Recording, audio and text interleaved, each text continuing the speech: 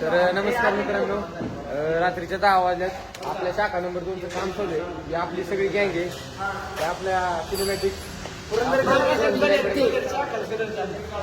आपल्या शाखा नंबर 2 ला मामा रात्रीच्या 10 वाजल्यात लवकरात लवकर काम पूर्ण व्हावं.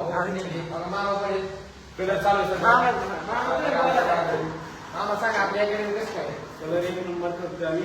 इकडे काम चालू आहे. शाखा नंबर 2 नक्की आवश्यक भेट द्या. आवश्यक भेट द्या.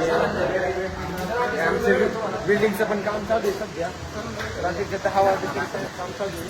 हे बघा आमचं लेक्चर हॉल, लायब्ररी, लॅब सर्व काम चालू आहे.